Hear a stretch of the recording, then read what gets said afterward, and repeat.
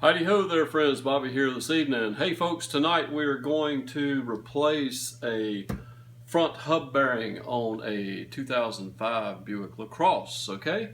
Let's open this thing up and see what we got inside before we get started. Okay, we have a General Motors hub bearing.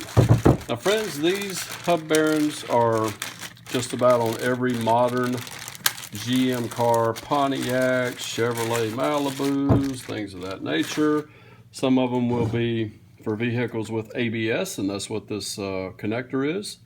And this vehicle does have ABS, but this is your wheel bearing, and it comes as a hub assembly. Some of the tools that you will need to do this job, and I may not have everything out here, but I think I got it pretty close. You'll need an impact and a 19mm socket to take your lug nuts off with. A torque stick to go back together with, a torque wrench to always double check. I'm going to use an air ratchet tonight to remove the brakes and everything to get them out of the way. I've got a 13mm swivel socket and a 15mm swivel socket. I've got a double box end wrench here that's a 13 and a 15, and a couple extensions, I believe. Oh, and also an adapter to go from 1/2 inch to 3/8, and I think that will be what I need to get this job done. So let's get started. Okay folks, hey, the first thing we're going to do, we're going to take our air ratchet with a 15mm socket on it, and we're going to pull these two caliper bolts out. So let's go ahead and do that right quick.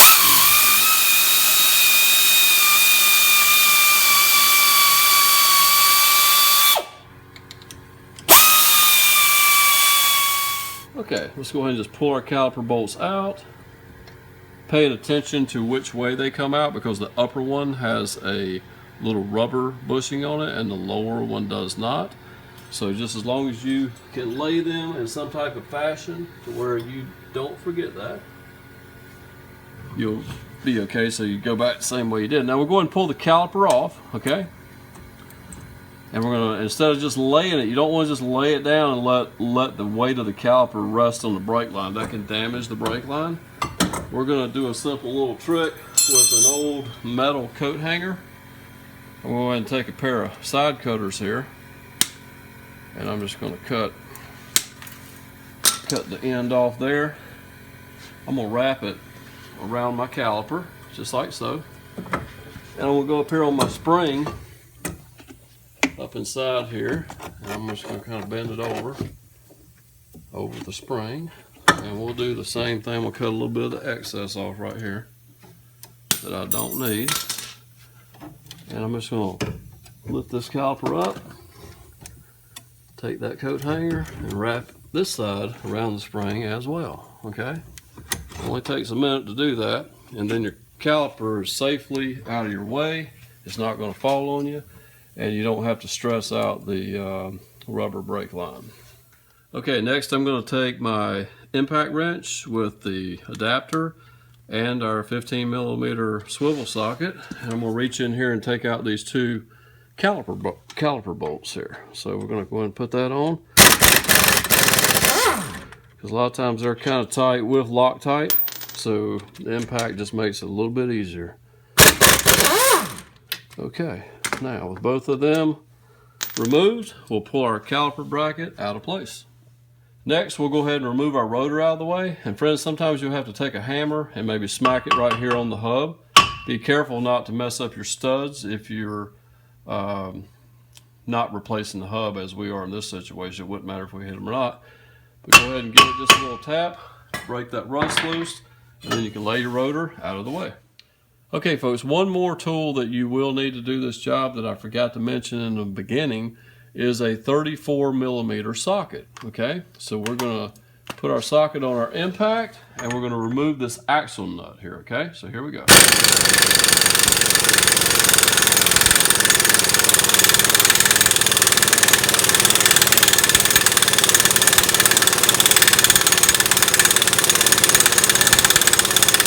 Okay, with the axle nut off, we'll go ahead and grab our hammer here, lay the axle nut out of the way. And let's just tap the end of this axle and see if it will move it, and yes it does. You want to get that axle pressed back a little bit in this hub bearing to where we can access these bolts here on the back side. There's 3 bolts that we're going to have to get to.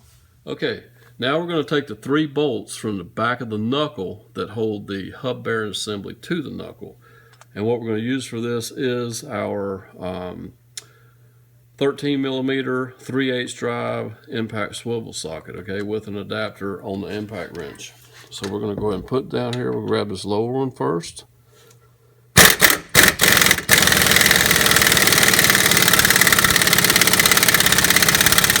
Okay, we have the first one removed, and we're going to go ahead and move it on to the second one, which is right up here. You can't really see it, but my finger's on the head of it right here.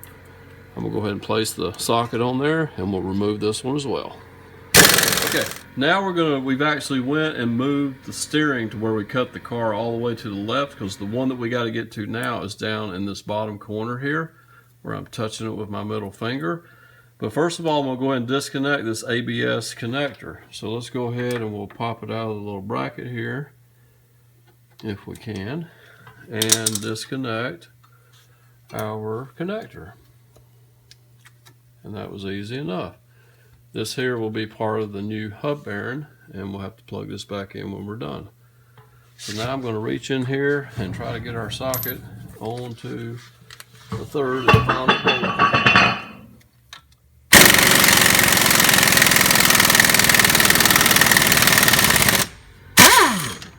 Okay, with our third bolt out, this thing just about fell off the car, we are going to remove our hub bearing assembly. And there's also a bracket that comes along with it. We got to work this connector out of here. Sometimes you got to wiggle the axle shaft around to get your connector past it. But here's our hub bearing assembly right here. This is the part that we're going to replace today, because it has some play in it. And here's our metal bracket that actually goes on there and has the spot for that ABS connector to attach to. Just be careful to put that back in the same spot that it come off of the car. Okay, now we're going to clean up this little area here. I'm just going to use a little bit of brake clean on a paper towel.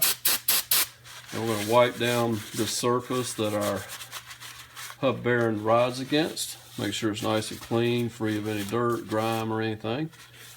I have worked on cars from up north before that are subject to a lot of salt and everything, and sometimes they're all corroded up, and I'll take my Ziz wheel with a roll-lock disc and actually have to really clean this surface really good. But this car here has always been here in the south, so it's not too bad. I'll wipe all this grease out of the inside edge here, so our new bearing goes in nicely. All the dirt, I mean. Get all that cleaned up really good. It just takes a minute to do this. And now, you see the splines of this axle shaft have a little bit of rust on them. So we're going to take just a little bit of wheel bearing grease and squeeze a little bit out on my finger, and we're going to lube these splines a little bit to where it goes back together a little easier and makes life a lot happier for MintHillBilly. Okay folks, here is our brand new hub bearing made by Moog, and we've already put our metal bracket back up here in place. And now we're going to, the tricky part sometimes is you got to get it on the axle shaft, and you have to feed your connector past the axle and the knuckle.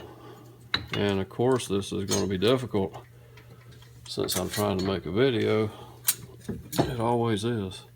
Okay, now we got it past there, so I got my connector here, and I just want to pay attention not to pinch it or pinch the wire up against anything until I get it back in place. So we're going to hold that and get this up on here, and we're going to try to also got to get the spline started, and then we should be able to turn it a little bit, and we're going to wiggle it up into place. And there we go. It's just that easy, friends and neighbors. Okay folks, I got my 3 bolts here to install this hub bearing back to the knuckle, And as you can see, it's basically the same way that I took it apart. We're going to go back. We got one up here on top. We got to go through on this side and down low. And of course, we got the one down here. We're going to start this one first since we have the wheel cut to the left. And we'll snug it down. And we'll turn the wheel back to the right to start the other two, okay? Okay, folks, hey, we got all three of the bolts started. We're gonna go back down here on the bottom one on the back here and zip it down. Okay, that should be good right there. Now, while we're over here, we're gonna go ahead and plug in our connector here for our ABS.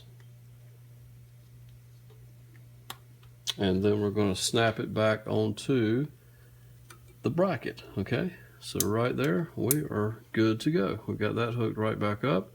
We're going to cut the wheel back to the right and zip these other two down, and we'll be ready to put the axle nut on. Now we'll zip these two up. That one and the bottom one. Okay, we're ready to put the axle nut on now. We'll go ahead and wiggle our axle back into place. We may have to go straighten up the wheel first though.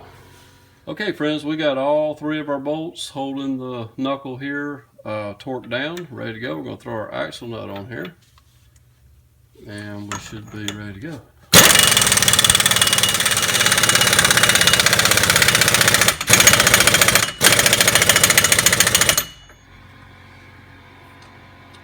Okay folks, hub bearing is installed. We're going to go ahead now and stick our rotor back in place.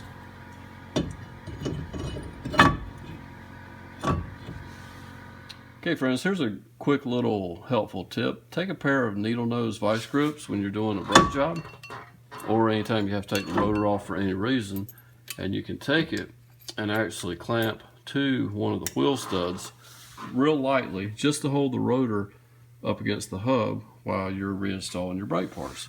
So now let's go ahead and put our brake caliper back in caliper bracket back in place. So we're going to go ahead and do that right quick.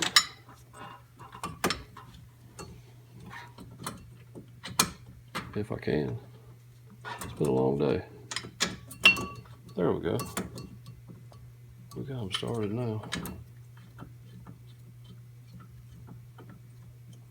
Okay, with the bolt started by hand, we're going to go ahead and use our impact once again with our 15mm swivel socket and an adapter, and we will zip these down.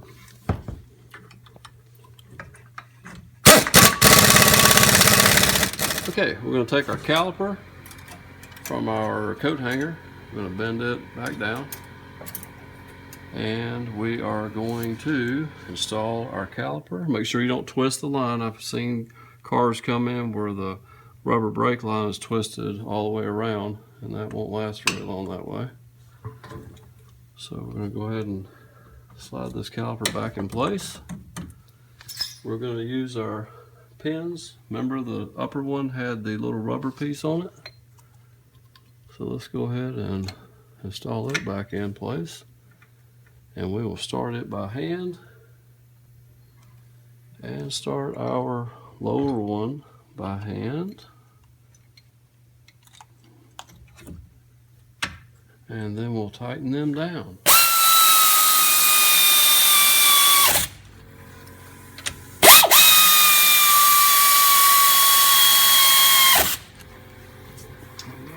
Okay friends, with our double box end wrench, we'll just add a little final torque there on each one of these bolts, and that just about completes the job today, friends.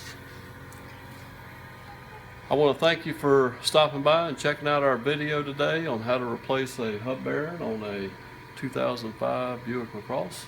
Don't forget to subscribe, tell a friend about us, and we will see you next time. Take care.